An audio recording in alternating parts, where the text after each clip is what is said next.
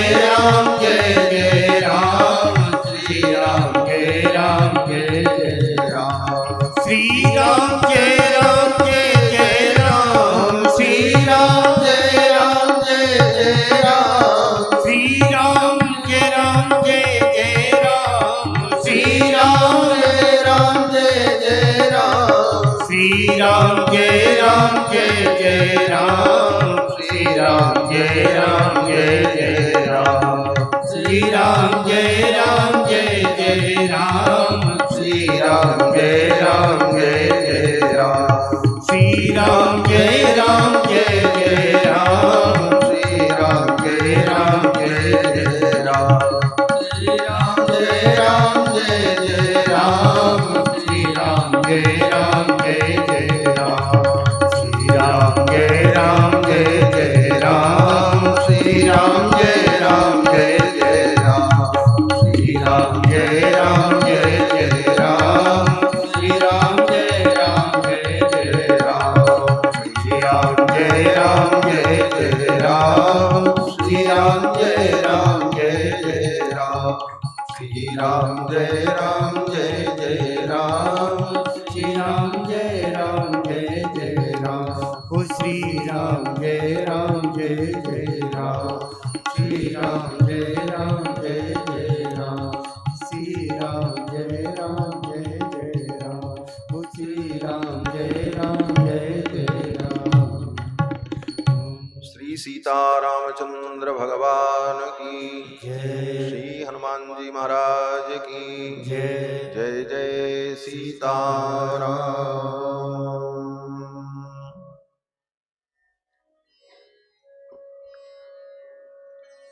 परमाध्यक्ष अनंत कोटि ब्रह्मांड नायक सर्वेश्वरेश्वर पुराण पुरुषोत्तम भगवान श्री सीतारामचंद्र जी, भगवान की कथा के सुरसिक श्रोता आंजनेय श्री हनुमंत लाल जी महाराज, जिनकी भावमयी उपस्थिति भगवान की कथा में सर्वदा सर्वत्र विद्यमान रहती है। यत्र यत्र रघुनाथ कीर्तनम तत्र तत्र कृतमस्तकांजलिम वाष्पवारि परिपूर्ण लोचनम मारुतिम नमत राक्षसांतकम। परम श्रद्धेय अनंत श्री विभूषित पूज्य आचार्य चरण, जिनकी स्मृति में जिनकी 25वीं पुण्यतिथि के पावन अवसर पर वैकुंठ महोत्सव के रूप में इस उत्सव का हम सभी लोग आनंद ले रहे हैं। परम श्रद्धेय अनंत श्री विभूषित पूज्य श्री ठाकुर जी, जिनकी वाणी से अनेकानेक भगवत भक्त भगवत रस का पान करते हैं। पूज्य ठाकुर जी के चिरंजीवी हमारे परम स्नेही श्री इंद्रेश जी, जिनकी वाणी, जिनका गायन, जिनका सरल मृदु स्वभाव भक्तों को आकृष्ट करता है, ऐसे हमारे श्री इंद्रेश जी, समस्त श्रद्धालु श्रोता बंधुओं, धर्मानुरागी सज्जनों, श्रद्धामयी माताओं, भगवान श्री सीतारामचंद्र जी की मंगलमयी कृपा के फलस्वरूप पवित्र श्री वृंदावन धाम में श्री गुरुदेव भगवान की इस पुण्यतिथि के अवसर पर आदि काव्य श्रीमद् वाल्मीकि रामायण के माध्यम से भगवान की दिव्य ललित लीलाओं को और वेद के सूक्ष्मतम वैदिक सिद्धांत को कथा के माध्यम से हम सभी लोग आत्मसात कर रहे हैं, अवगत कर रहे हैं। श्रीमद् वाल्मीकि रामायण वेदावतार, वेद के समस्त प्रतिपाद्य विषय, जीव का स्वरूप, ईश्वर का स्वरूप, परमात्मा की प्राप्ति के साधन का स्वरूप, परमात्मा की प्राप्ति के फल का स्वरूप, परमात्मा की प्राप्ति में जो बाधक तत्व हैं उन तत्वों का स्वरूप, इन सारे विषयों का वर्णन प्रकारांतर से और अनेकानेक कथाओं के माध्यम से, भगवत चरित्र के माध्यम से महर्षि वाल्मीकि ने इस रामायण में, इस महाकाव्य में गुम्फित किया है, प्रकट किया है। बड़ा ही मंगलमय प्रसंग हमारे श्री इंद्रेश जी ने वर्णन किया कि पूज्य गुरुदेव भगवान की इस पुण्यतिथि महोत्सव को ठाकुर जी ने स्वीकार किया। ठाकुर जी स्वीकार कर लें तो हमारे सब कर्तव्य पूर्ण हो जाते, सारी क्रियाएं सार्थक हो जाती। और वास्तव में कल ठाकुर जी ने ऐसा दिव्य रूप धारण किया वेंकटेश भगवान का, हम लोगों ने जाकर के दर्शन किया। पूज्य श्री रामानुजाचार्य भगवान जो आदि रामानुजाचार्य थे, जिनकी ये पवित्र परंपरा है, जिस परंपरा में हम सभी लोग दीक्षित हैं, श्री वैष्णव कहलाते हैं, उन भगवान श्री रामानुजाचार्य ने तिरुपति बालाजी को, भगवान श्री वेंकटेश को शंख चक्र धारण कराया था। पहले वेंकटेश भगवान को, तिरुपति बालाजी को वहां के लोग कार्तिकेय स्वामी समझते थे, सुब्रमण्यम स्वामी समझते थे, और वहां के गांव के लोग, वहां के लोग तेल से उनका तैलाभिषेक करते थे और अपनी तांत्रिक पद्धति से भगवान की आराधना करते थे। तो भगवान ने स्वामी श्री रामानुजाचार्य जी को स्वप्न दिया कि वैष्णव धर्म की स्थापना के लिए आपका अवतार हुआ है, तो आप यहां आओ और यहां आकर के मेरी पूजा की व्यवस्था करो। वैष्णव पद्धति से, नारद पांचरात्र रागम की पद्धति से मेरी आराधना हो। यहां से हमको कार्तिकेय समझ करके तेल चढ़ा रहे हैं और विविध प्रकार से ऐसी ऐसी उपासना कर रहे हैं। तो भगवान की आज्ञा मान करके भगवत पाद श्री रामानुजाचार्य जी ने 10,000 श्री वैष्णवों को और 1200 त्रिदंडी सन्यासियों को साथ में लेकर तिरुपति बालाजी की यात्रा की। उस जमाने में वहां का रास्ता बहुत दुर्गम था। इतने वैष्णवों को लेकर, भागवतों को लेकर भगवान श्री रामानुजाचार्य जी ने वहां यात्रा की और पहुंचकर उन्होंने राजा से ये प्रस्ताव रखा कि ये भगवान नारायण का स्वरूप है, इनको कार्तिकेय समझ करके इनकी पूजा करना ये विधि नहीं है, इनकी पूजा वैष्णव पद्धति से, आगम की पद्धति से होनी चाहिए। फिर तो वहां जो कार्तिकेय मान करके पूजा करने वाले थे, उन लोगों ने कहा क्या प्रमाण है कि ये भगवान है? क्योंकि भगवान के विग्रह में, तिरुपति बालाजी जो हैं, उन भगवान के मूल विग्रह में ऊपर की भुजाओं में शंख चक्र नहीं है। हम लोग दर्शन करते हैं लेकिन विग्रह में शंख चक्र नहीं बने। विग्रह में तो भगवान केवल 2 उंगलियां ऐसे किए हुए ऊपर और नीचे के हाथ ऐसे चतुर्भुज रूप। एक हाथ ठाकुर जी का कमर पे और दूसरा हाथ ऐसे नीचे की तरफ। इन मुद्राओं से भगवान संकेत क्या करते हैं? भगवान कहते हैं मेरे इन चरणों की शरण तुम ग्रहण करोगे। एक हाथ से तो भगवान कहते हैं, वेंकटेश भगवान बालाजी अपने चरणों की ओर इशारा करते हुए इस प्रकार नीचे हाथ करके, माम एकम शरणम ब्रज। गीता में भगवान ने जो अर्जुन को समझाया वो वेंकटेश भगवान अपने कर मुद्रा से ही उपदेश कर रहे हैं, माम एकम शरणम ब्रज, और अपने चरणों की तरफ संकेत कर रहे हैं एक हाथ से, और दूसरे हाथ को ठाकुर ने अपने कमर पर रखा है और कमर पर रख करके भगवान संकेत कर रहे हैं कि यदि इन चरणों की शरण ग्रहण कर लोगे तो तावन मात्रम भवाब्धिम गमयति ऊर्गो वाम पाणी। बाएं हाथ को अपने कमर पर रखकर भगवान कहते हैं कि अगर मेरी शरण में आ गए तो तुम्हारे लिए संसार सागर तुम्हारे कमर के बराबर हो जाएगा, आराम से पार हो जाओ। तावन मात्रम भवाब्धिम, तावन मात्रम भवाब्धिम गमयति ऊर्गो वाम पाणी। अपने बाएं हाथ से अपनी कमर का स्पर्श करते हुए भगवान संकेत करते हैं संसार सागर तुम्हारे लिए सुलभ सरल बन जाएगा। तो भगवान की इन मुद्राओं को देखकर कार्तिकेय के उपासक लोगों ने कहा इनमें तो कोई विष्णु भगवान के लक्षण है नहीं। ऊपर से भगवान वेंकटेश की दोनों भुजाओं में शेष नाग बने हुए हैं विग्रह में, मूल विग्रह। तो लोगों ने कहा ये तो कार्तिकेय हैं, इनके हाथ में नाग का चिन्ह है, शंख चक्र के कोई चिन्ह नहीं है।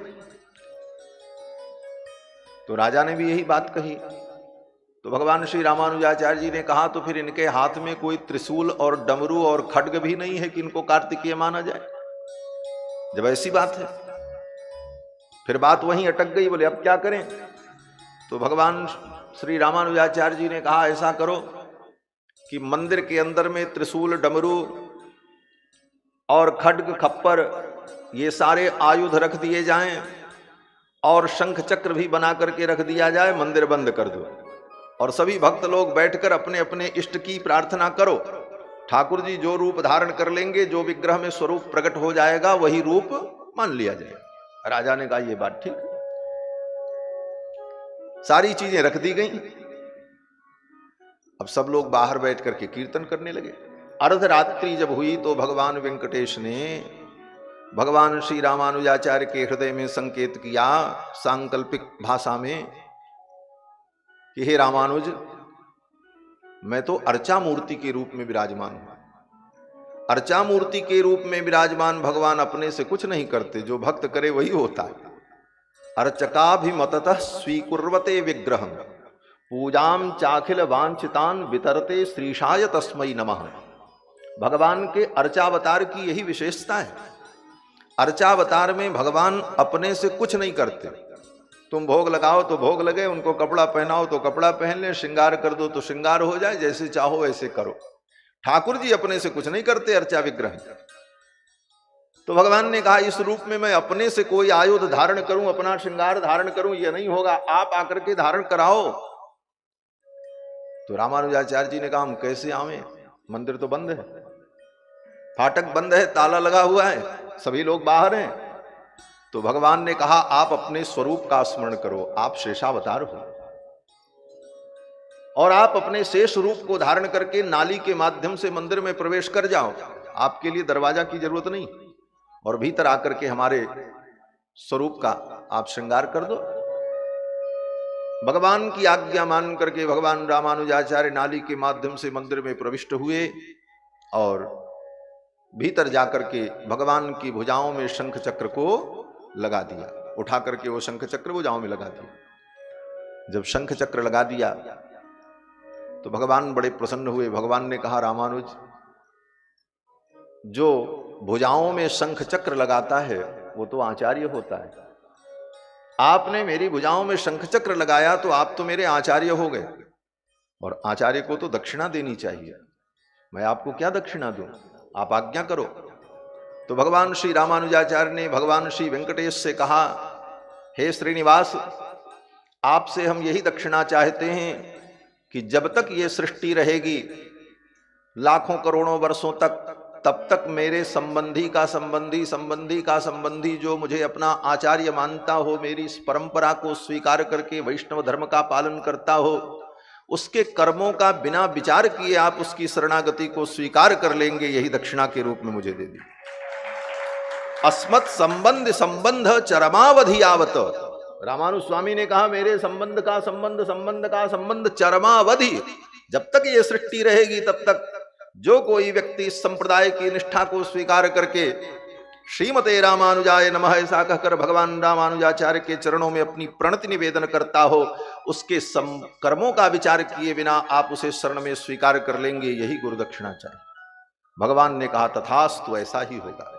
इसीलिए हमारे यहाँ संप्रदाय में कहते हैं धन्योस्ति संप्रदायोयम मरणम यत्र मंगलम। धन्योस्ति संप्रदायोयम, यह संप्रदाय इतना धन्य है कि संप्रदाय से दीक्षित होकर के व्यक्ति अगर अपने जीवन का त्याग करता है, मरना तो एक दिन तय है, सब मरेंगे, लेकिन मरने के पूर्व अगर संप्रदाय की निष्ठा को प्राप्त कर लिया तो उसका मंगल तय है, उसका कल्याण तय है। धन्योस्ति संप्रदायोयम मरणम यत्र मंगलम। तो भगवान श्री रामानुजाचार्य ने वेंकटेश भगवान को वो दिव्य स्वरूप प्रदान किया, तब से आज तक उनकी पूजा और आराधना उसी प्रकार हो रही है। उसी भाव से मुझे ये अनुभव हुआ कि भगवान श्री रामानुजाचार्य की पुण्यतिथि के अवसर पर मानो भगवान श्री रामानुजाचार्य की ही प्रेरणा से श्री बांके बिहारी सरकार ने भी कल शंख चक्र धारण करके अपने स्वरूप को प्रकट कर दिया।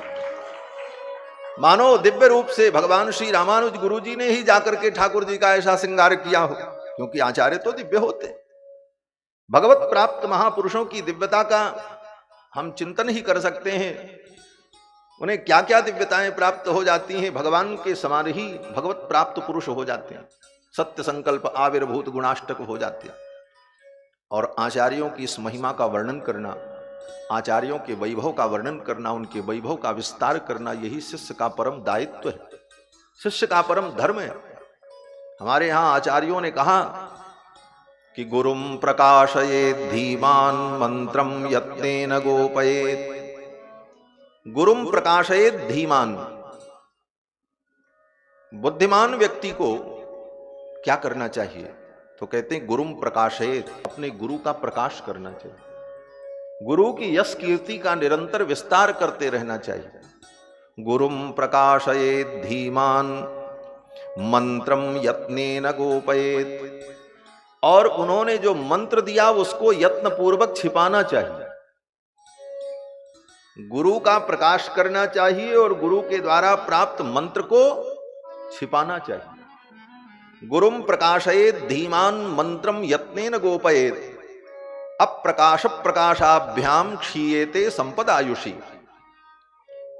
इसके विपरीत अगर व्यक्ति करे, अप्रकाशाभ्याम, जो प्रकाशित करना चाहिए था उसको हमने प्रकाशित नहीं किया, गुरु का प्रकाश करना चाहिए था, गुरु का प्रकाश हमने नहीं किया, और जो मंत्र है उस मंत्र का प्रकाश नहीं करना चाहिए था लेकिन मंत्र का हमने प्रकाश कर दिया, तो अप्रकाश प्रकाशाभ्याम क्षीयते संपदायुषी, उस व्यक्ति की संपत्ति और उसका आयु, उसकी आयु क्षीण हो जाती।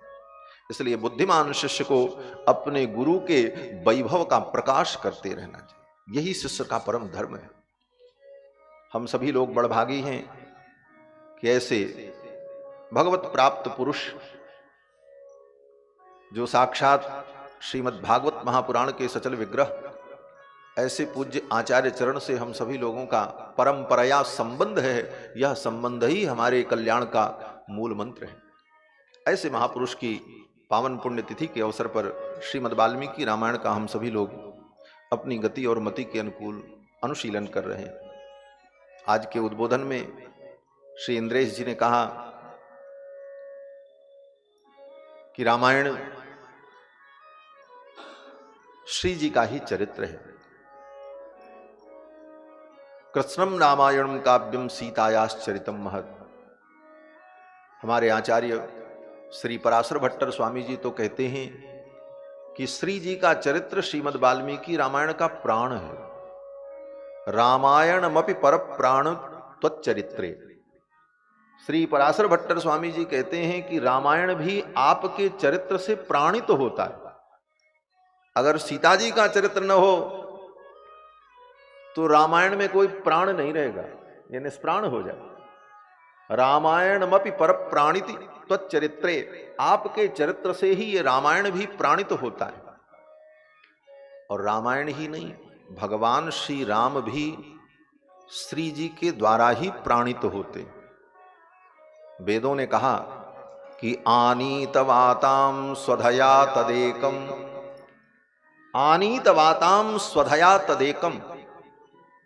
श्री यामुनाचार्य स्वामी जी महाराज ने जो वरद वल्लभा स्तोत्र की रचना की है, कांतस्ते पुरुषोत्तम फणिपति शय्यासनम वाहनम, उस स्तोत्र की व्याख्या में कवितार्किक सिंह श्री वेदांत देशिक स्वामी जी महाराज जब वर्णन करते हैं तो कहते हैं कि हे श्री जी, आपकी महिमा से, आपकी ही प्रेरणा से भगवान प्राणित होते हैं। अगर आप न हो तो ठाकुर की भी सांस बंद हो जाए। ये श्री जी की महिमा है। कहते हैं आनीतवाताम स्वधया तदेकम, हे स्वधा देवी, भगवती श्री जी का एक नाम है स्वधा। तो वेदांत देशिक स्वामी जी महाराज वेद के इस मंत्र को वहां पर उद्धृत करते हैं और कहते हैं आनीतवाताम स्वधया तदेकम, स्वधा देवी के द्वारा ही भगवान आनीतवाताम माने उनका प्राणन होता है, उनकी जीवनी शक्ति उन्हें प्राप्त होती है। अगर श्री जी न रहें तो ठाकुर जी भी निष्प्राण हो जाएं, उनके अंदर भी कोई चेतना। ये श्री जी की महिमा है। और हमारे यहाँ तो श्री जी सार सर्वस्व है। श्री ही संप्रदाय की आचार्या हैं, इसीलिए संप्रदाय का नाम ही श्री संप्रदाय है। और श्री जी के वैभव के लिए ही तो भगवान शंख चक्र गदा पद्म सब धारण करते। भगवान शंख चक्र गदा पद्म क्यों धारण करते? सामान्य लोग तो कहते हैं भगवान शंख चक्र इसलिए धारण करते हैं भक्तों की रक्षा के लिए, शंख चक्र धारण करते हैं असुरों के संहार के लिए, गदा पद्म धारण करते हैं, चारों भुजाओं में आयुध धारण करते हैं भगवान दुष्टों के संहार के लिए, भक्तों की रक्षा के लिए, परित्राणाय साधूनाम विनाशाय च दुष्कृताम। लेकिन हमारे आचार्यों का भाव है कि भगवान शंख चक्र गदा पद्म चारों भुजाओं में जो धारण करते हैं वो किसके लिए? बोले श्री जी के लिए धारण करते हैं। श्री जी के लिए क्यों धारण करते हैं? बोले श्री जी आचार्य हैं और आचार्य को सिंहासन पर विराजमान किया जाता है।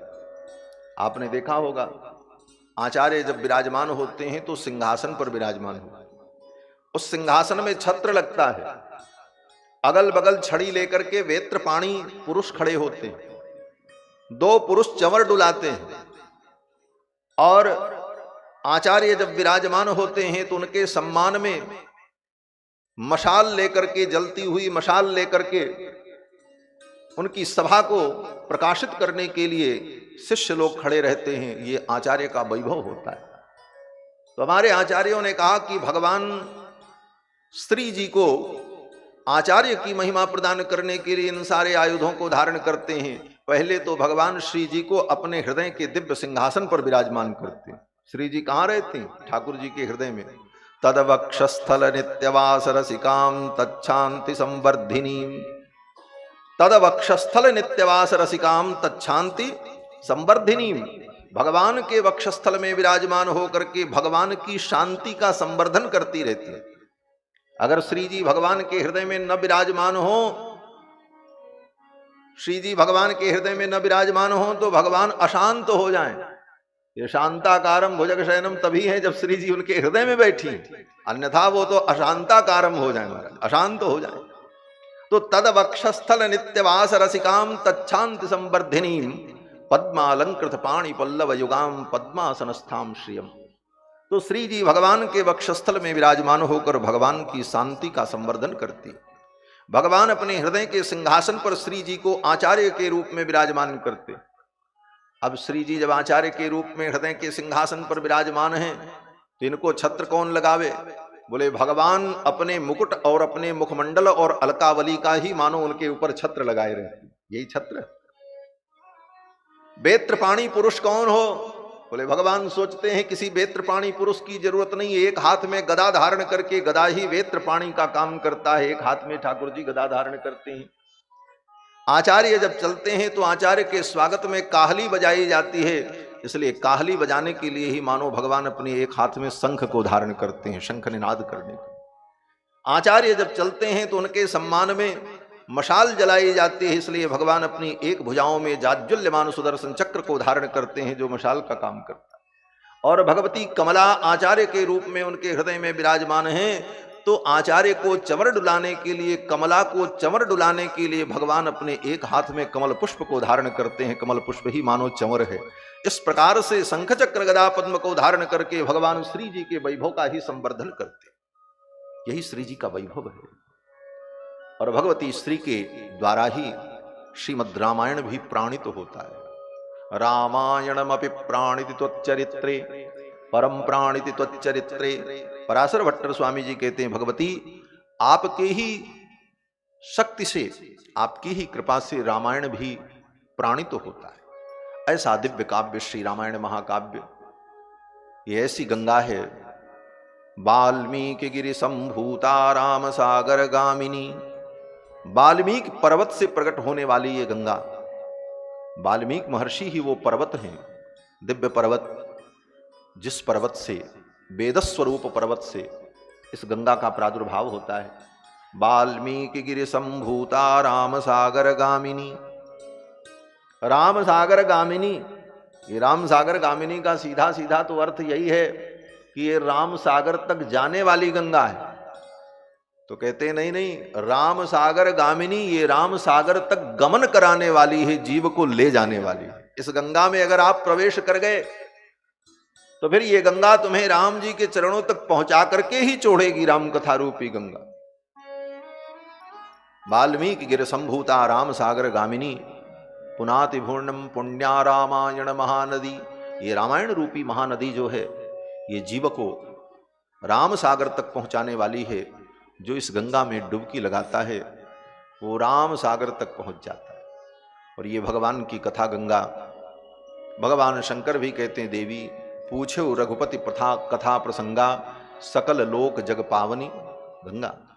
ऐसी दिव्य गंगा में हम सभी लोग अवगाहन कर रहे हैं कल के प्रसंग में आप सभी लोगों ने श्रवण किया कि भगवान अयोध्या में प्रकट हुए और विविध लीलाएं करते हुए, असुरों का संहार करते हुए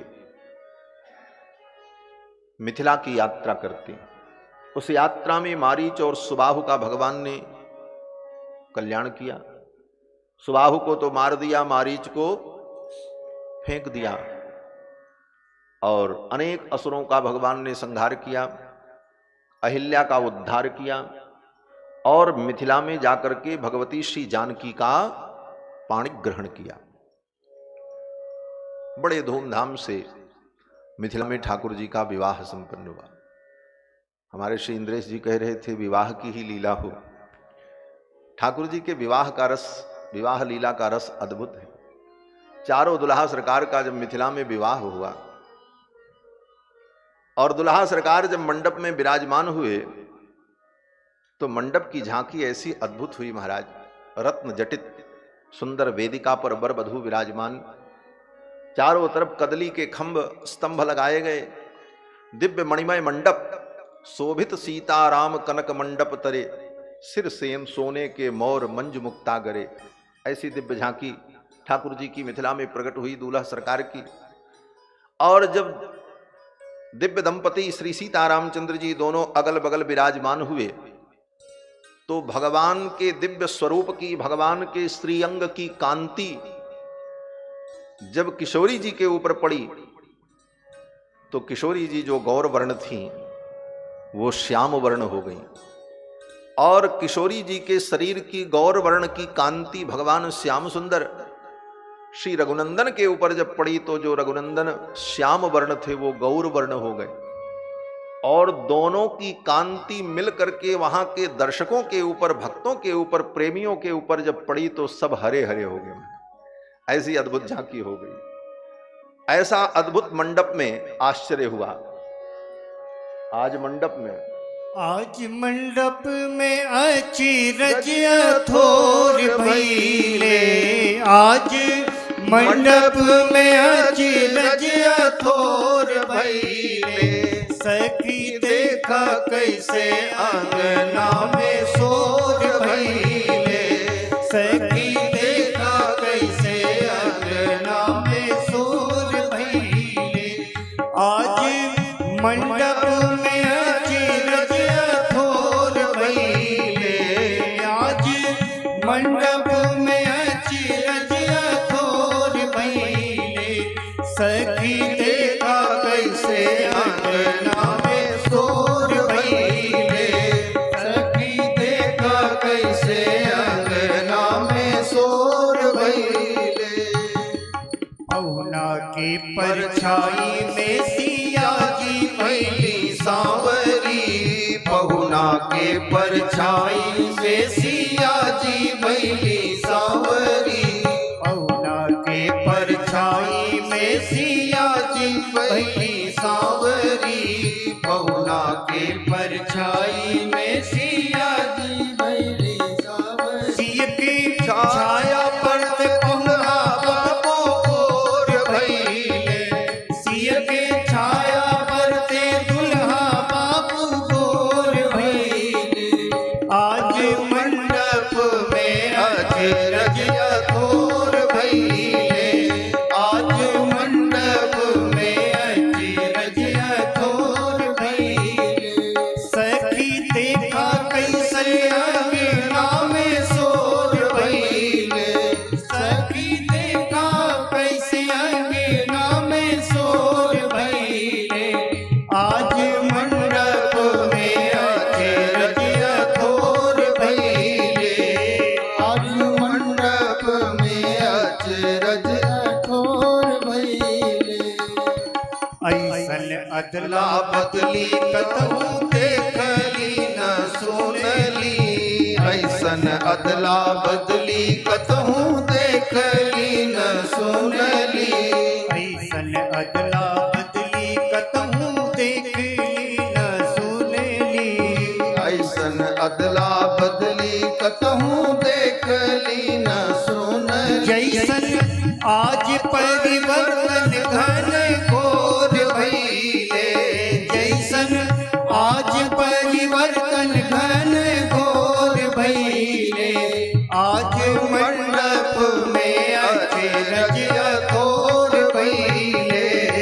आज मंडप में अचरज अघोर भइले। दुल्हा आसमानी रंग दुल्हन रंग पियरी, दुल्हा आसमानी रंग दुल्हन रंग पियरी, दुल्हा आसमानी रंग दुल्हन रंग पियरी, दुल्हा आसमानी रंग दुल्हन रंग पियरी। दोनों मिलके हरियर हरियर चारों ओर भइले।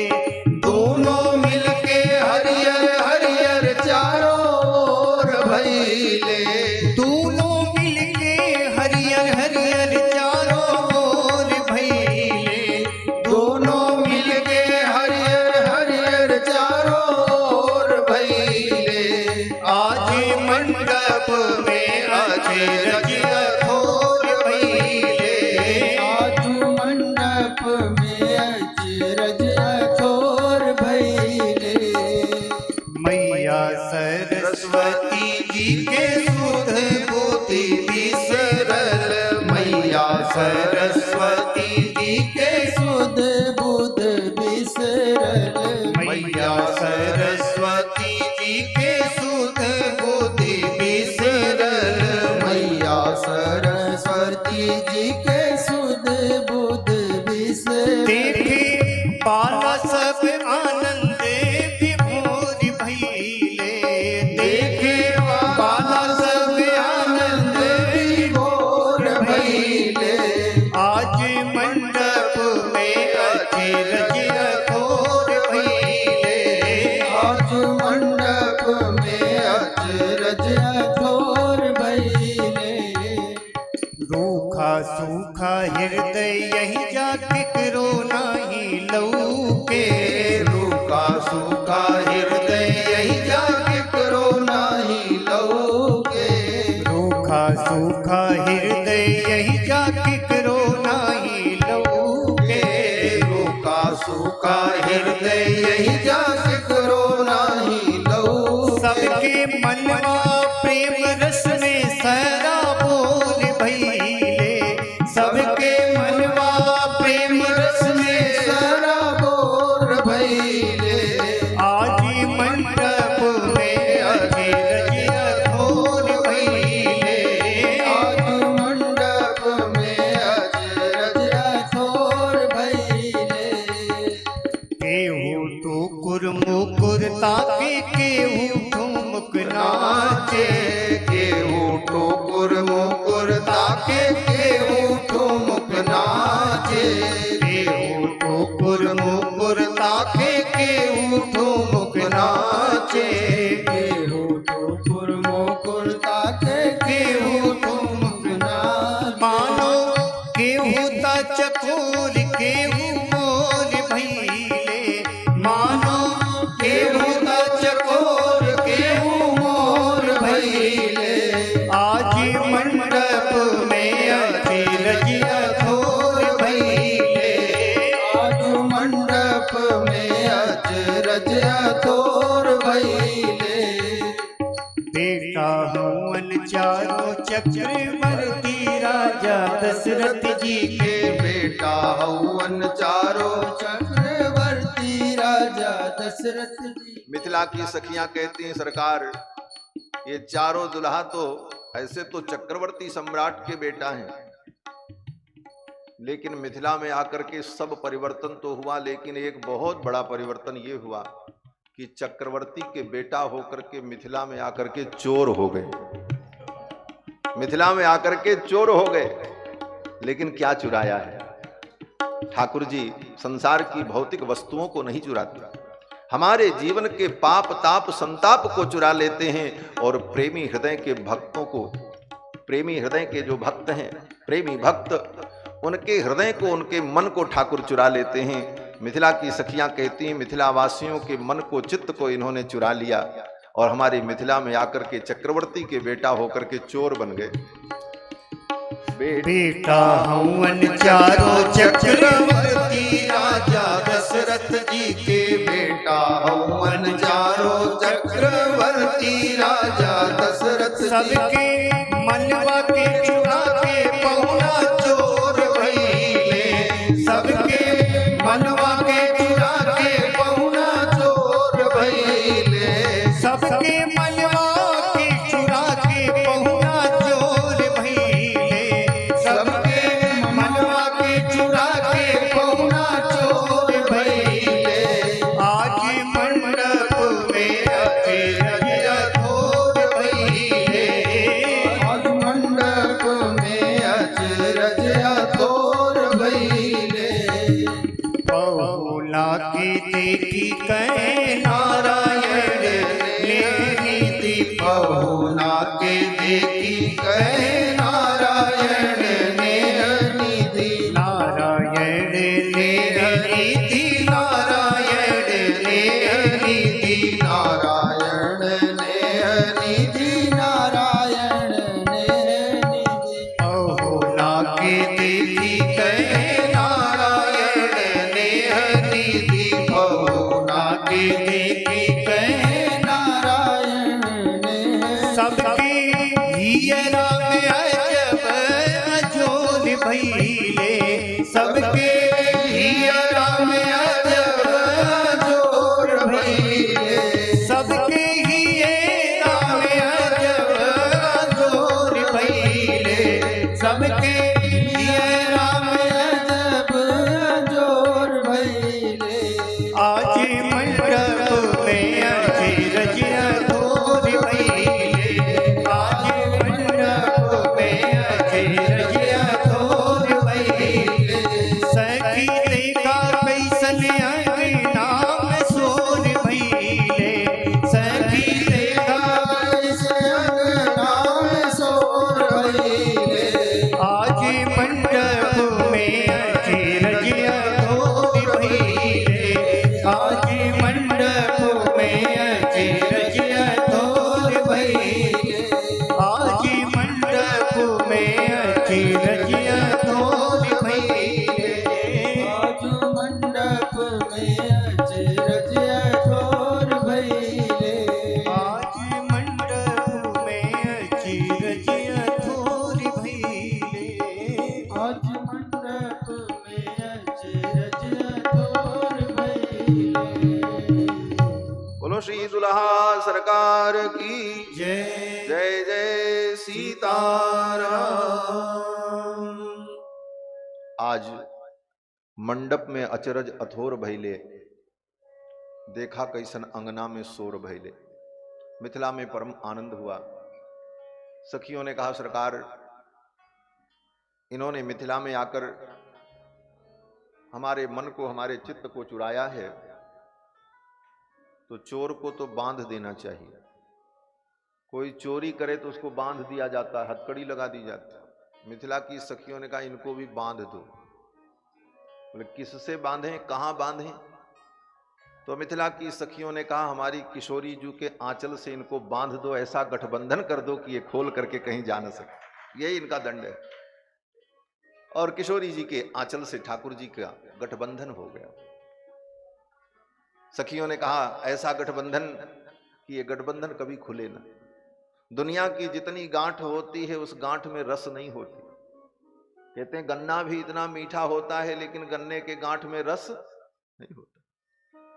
लेकिन विवाह के गठबंधन में तो जितनी गांठ हो उसमें रस ही रस होता है। गठबंधन की गांठ में गांठ गांठ रस होए। मिथिला की सखियों ने कहा इनको बांध दो। और ठाकुर जी को मिथिला की सखियों ने एक विधि कराई। मिथिला में विवाह की एक विधि होती है जिसको अठोंगर विधि कहते हैं।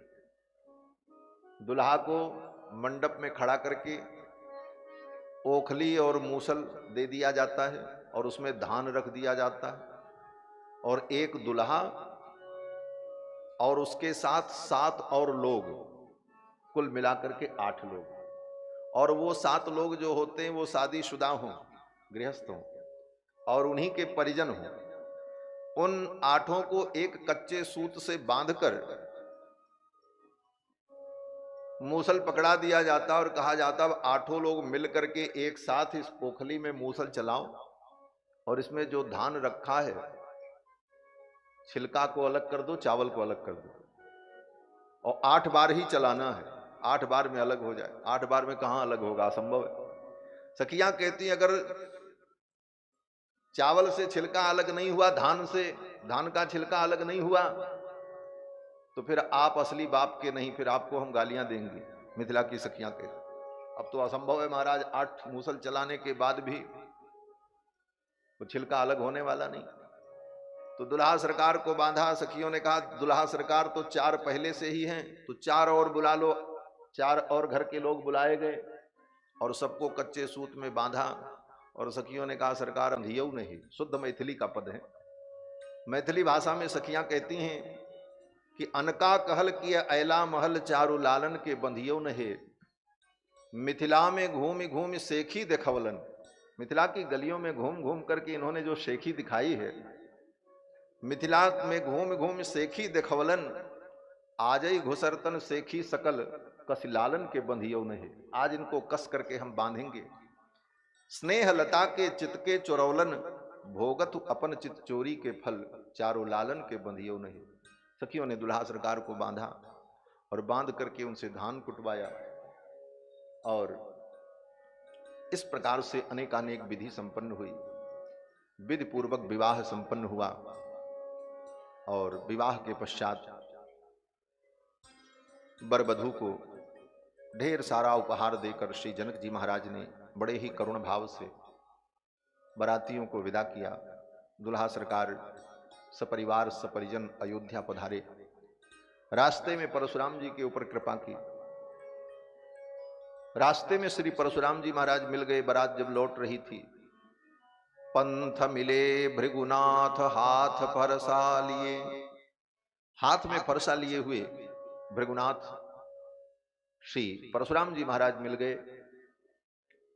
उनके ऊपर भी भगवान ने अनुग्रह किया। उनकी जो शंकाएं थी भगवान ने उनको दूर किया, और परशुराम जी महाराज समझ गए ये भगवान परमात्मा है। और अंत में परशुराम जी महाराज ने भगवान की स्तुति की। जानामि त्वाम मधुहंतारम। परशुराम जी ने कहा हे प्रभु मैं जान गया आप मधुहंता हैं, आप मध्वरी हैं। आपने मधु नाम के दैत्य को, मधुकैटभ को मारा है। आप साक्षात नारायण हैं। लोक के मंगल के लिए, लोक कल्याण के लिए आपका अवतार हुआ है। ये सब कह करके श्री परशुराम जी महाराज ने भगवान की स्तुति की। और फिर श्री परशुराम जी महाराज भगवान की परिक्रमा करके तपस्या करने के लिए चले गए। भगवान श्री रघुनंदन श्री जानकी के सहित, अपने भ्राताओं के सहित, परिजनों के सहित अयोध्या पधारे। विवाह करके ठाकुर जी अयोध्या पधारे हैं, तो अयोध्या में परम मंगल हुआ। श्री गोस्वामी जी महाराज कहते हैं जब ते राम ब्याहि घर आए, नित नव मंगल मोद बधाए। जब ते राम ब्याहि घर आए, नित नव मंगल मोद बधाए। जब ते राम ब्याहि घर आए, नित नव मंगल मोद बधाए। भुवन चारि दस भूधर भारी, सुखत मेघ बरसई सुख बारी। भुवन चारि दस भूधर भारी, सुखत मेघ बरसई सुख बारी। रिद्धि सिद्धि संपत्ति नदी सुहाई, उमग अवध अम्बुद गमुदाई। रिद्धि सिद्धि संपत्ति नदी सुहाई, उमग अवध अम्बुद गमुदाई। मणिगणपुर नर नारी सुजाति, सुचि अमोल सुंदर सब भांति। मणिगणपुर नर नारी सुजाति, सुचि अमोल सुंदर सब भांति। कहीं न जाए कछु नगर विभूति, जनु इतनी अभिरंज कर दूती।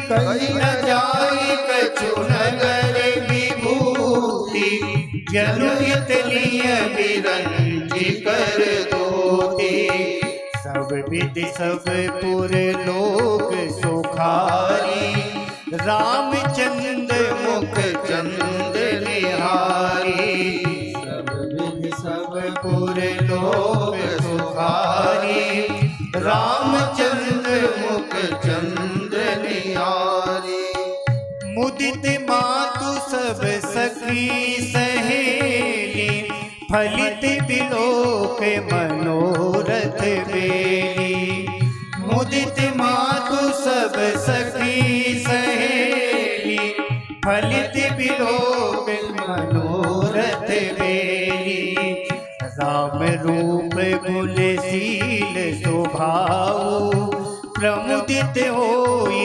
देख सुनि राव राम रूप गुणशील स्वभाव प्रमुदित होई देख मुनि राव जब ते राम प्यार घर आए नित नव मंगल मोद बताए नित नव मंगल मोद बताए नित नव मंगल मोद बताए। भगवान विवाह करके भगवती श्री जानकी को लेकर के श्री अवध पधारे। उस समय से अयोध्या में नित्य नवीन मंगल होता।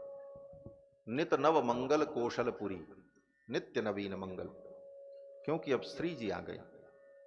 रामायण पढ़ना, भगवान श्री राम के प्रकट होने पर अयोध्या में दिव्य वैभव और दिव्य वैभव का वर्णन रामायण में गोस्वामी जी ने किया। लेकिन जब भगवान विवाह करके मिथिला में आए, किशोरी जी आ गई, तब अयोध्या का वैभव बोले उससे भी उत्कृष्ट वैभव। जब ते राम ब्याहि घर आए नित नव मंगल मोद बधाए। साक्षात भगवती महालक्ष्मी अयोध्या में चरण रखती हैं। अयोध्या का वैभव पहले से ही दिव्य था और भी दिव्यतम हो गया। नित्य नवीन मंगल, सदा आनंद ही आनंद। और इस प्रकार धीरे धीरे 12 वर्ष बीत गए। विवाह के पश्चात श्री सीता रामचंद्र जी जुगल सरकार 12 वर्ष तक श्रीधाम अवध में सुखपूर्वक रहे। विवाह के पश्चात केकय नरेश महाराज युधाजित अपने देश जब जाने लगे, बारात से लौट करके आए, अयोध्या 2-4 दिन रुके, फिर जाने लगे, बोले अब तो हमें अपने देश जाना है। तो महाराज युधाजित जब अपने केकय देश जाने लगे तो युधाजित ने श्री दशरथ जी से कहा, राजन कुछ दिन के लिए भरत को ननिहाल भेज दो कि मेरे साथ चलें केकय देश, वहां रहें, आनंद करें। नानी नाना जी को भी देख लेंगे, वहां का भी आनंद लेंगे। तो महाराज युधाजित के कहने पर श्री दशरथ जी महाराज ने श्री भरत जी को मामा जी के साथ विदा कर दिया। भरत जी जब जाने को तैयार हुए तो श्री शत्रुघ्न जी महाराज भी उनके साथ चल पड़े। शत्रुघ्न जी को जाने के लिए किसी ने कहा नहीं, मामा युधाजित ने भी नहीं कहा, दशरथ जी ने भी नहीं कहा कि आप जाओ। लेकिन स्वतः श्री शत्रुघ्न जी महाराज भरत जी के साथ जाने को तैयार हो गए, क्योंकि भरत जी के चरणों में इनका अपार अनुराग है। भरत जी के चरणानुरागी हैं, ये भरतानुज हैं। जैसे लक्ष्मण जी रामानुज हैं, उसी प्रकार शत्रुघ्न जी भरतानुज हैं। भरत जी के चरणों की सेवा को ही अपना परम धर्म समझते हैं। इसलिए बिना कहे श्री शत्रुघ्न जी महाराज भरत जी के साथ जाने को तैयार हो गए। अपने पिता के स्नेह को, मां के स्नेह को छोड़कर भगवान श्री रघुनंदन की दर्शन, उनकी कृपा और भगवान श्री रघुनंदन की सेवा को भी छोड़कर अपने सहोदर भाई लक्ष्मण के अनुराग और उनकी सेवा को छोड़कर, सब कुछ छोड़कर शत्रुघ्न जी भैया भरत की प्रीति में उनके पीछे पीछे चल पड़े। ये शत्रुघ्न जी का महान चरित्र। एक ही श्लोक में महर्षि वाल्मीकि ने शत्रुघ्न जी के इस महान चरित्र का संकेत किया है।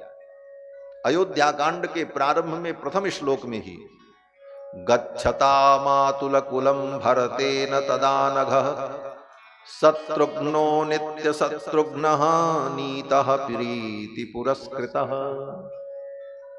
एक ही श्लोक में शत्रुघ्न जी के त्यागमय चरित्र का निदर्शन किया महर्षि वाल्मीकि ने। गच्छता मातुल कुलम भरतेन तदा नघः। भरत जी जब अपने मामा के घर जा रहे हैं तो पाप रहित विशुद्धात्मा श्री शत्रुघ्न लाल उनके साथ चल पड़े। शत्रुघ्नो नित्य शत्रुघ्नः नीतः प्रीति पुरस्कृतः। भरत जी के चरणों में अगाध प्रीति होने के कारण उस प्रीति के बंधन में बंधकर शत्रुघ्न जी चल पड़े। इस श्लोक की व्याख्या में हमारे आचार्य श्री गोविंद राज स्वामी जी ने और अनेक अन्य आचार्यों ने भी शत्रुघ्न जी के महान त्याग का चिंतन किया है। इनके इतना बड़ा त्यागी कौन है? इसीलिए शत्रुघ्न जी का धर्म विशेषतम धर्म है। इन चारों भाइयों के रूप में प्रकट होकर भगवान ने जो धर्म की स्थापना की, कृत्वात्मानं चतुर्विधम, चार रूपों में भगवान प्रकट हुए अयोध्या में। श्री राम, श्री लक्ष्मण, श्री भरत, श्री शत्रुघ्न। एक ही परमात्मा भगवान चार रूपों में प्रकट हुए।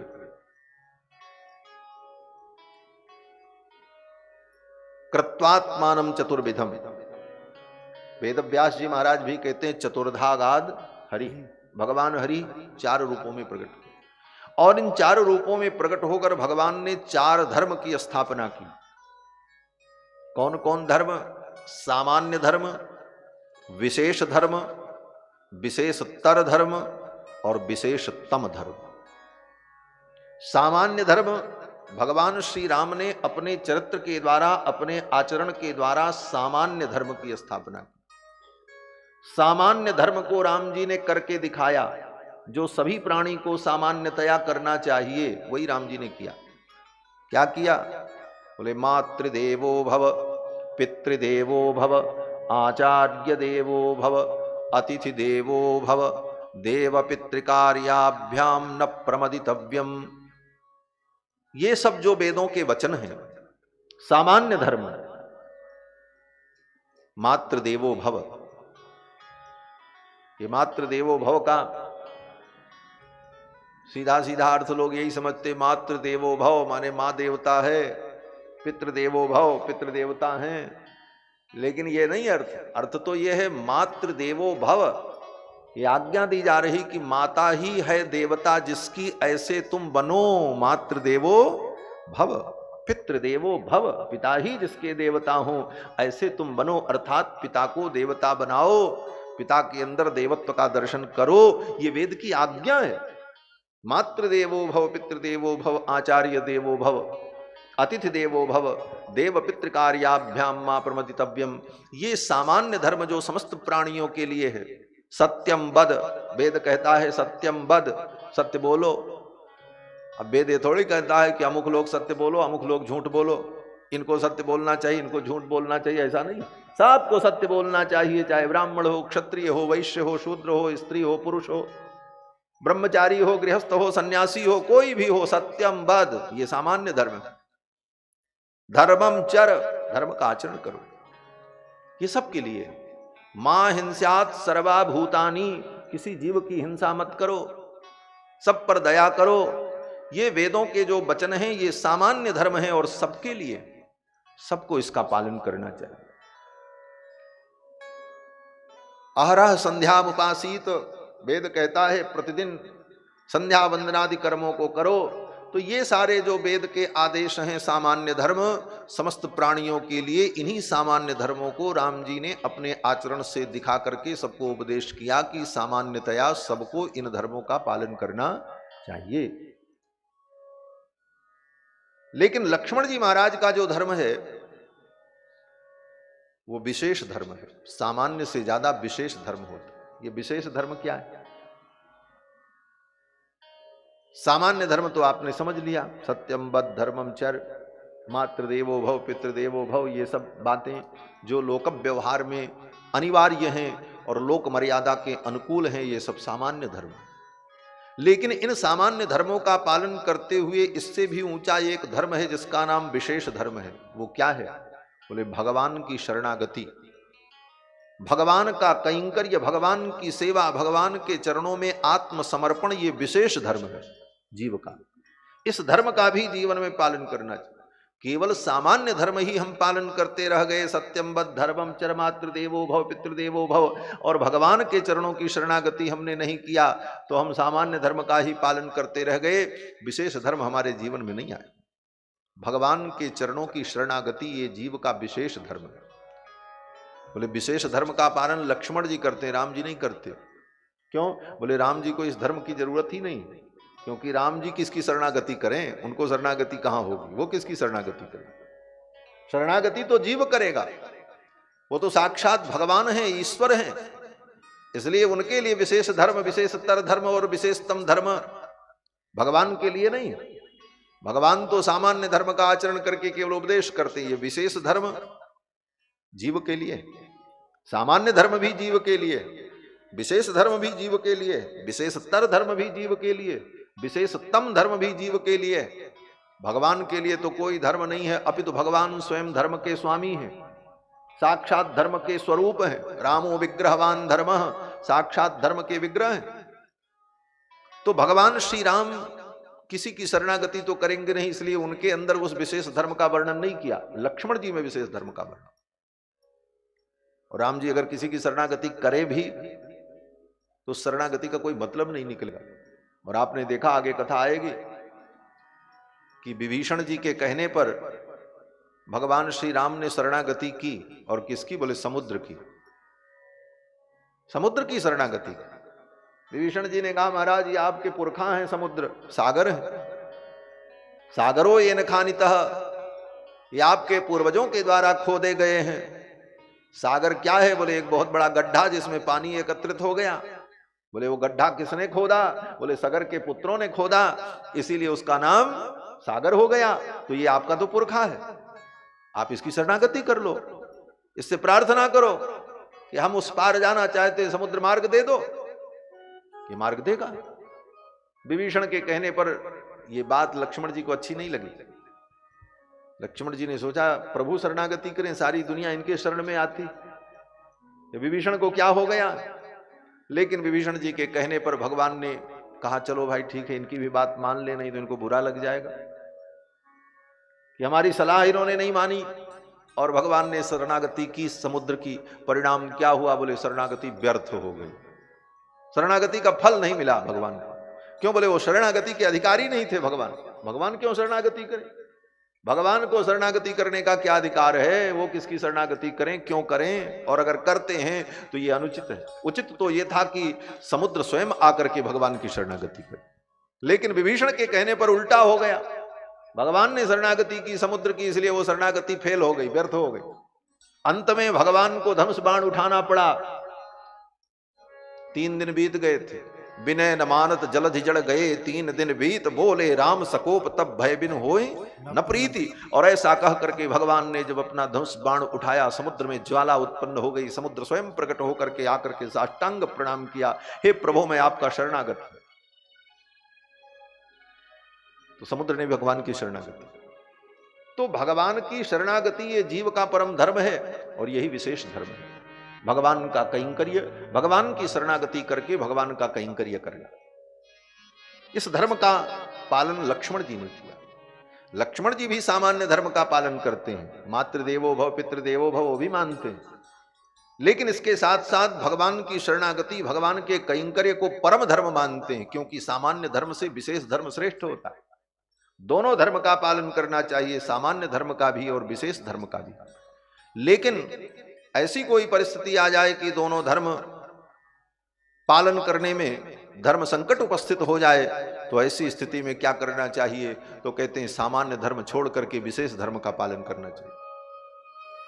क्यों? बोले दोनों तरफ नुकसान हो रहा हो तो बुद्धिमान प्राणी देखेगा किधर ज्यादा नुकसान है, किधर कम नुकसान है। भाई 2 में से 1 नुकसान तो आपको उठाना ही पड़ेगा। ऐसी स्थिति उत्पन्न हो जाए तो आप विचार करोगे कि भाई ज्यादा नुकसान न हो, थोड़ा ही नुकसान हो, अब नुकसान होना है। तो धर्म तो चाहे सामान्य हो चाहे विशेष, दोनों धर्म का पालन करना चाहिए। लेकिन ऐसी स्थिति आ जाए कि दो में एक ही का हम पालन कर सकते हैं, तो सामान्य धर्म को छोड़कर विशेष धर्म का पालन करना। लक्ष्मण जी ने यही किया। लक्ष्मण जी भी सामान्य धर्म का पालन करते हैं।